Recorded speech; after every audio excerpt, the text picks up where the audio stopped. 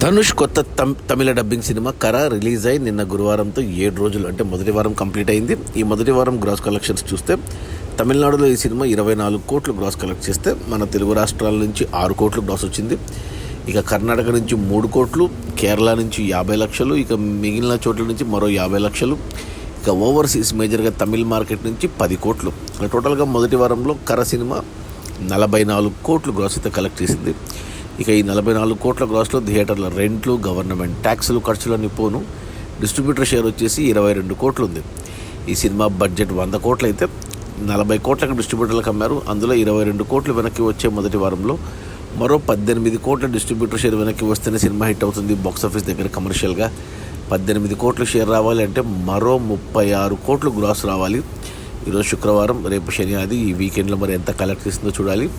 అయినా కానీ ఇంకా 36 కోట్లు అనేది దాదాపు అసాధ్యమే. సో సినిమా 15 నుంచి 18 కోట్ల నష్టాలతో కమర్షియల్గా డిజాస్టరే. అది మన ధనుష్ కొత్త తమిళ డబ్బింగ్ సినిమా కర రిలీజ్ అయిన మొదటి వారంలో 44 కోట్ల గ్రాస్. Okay, bye.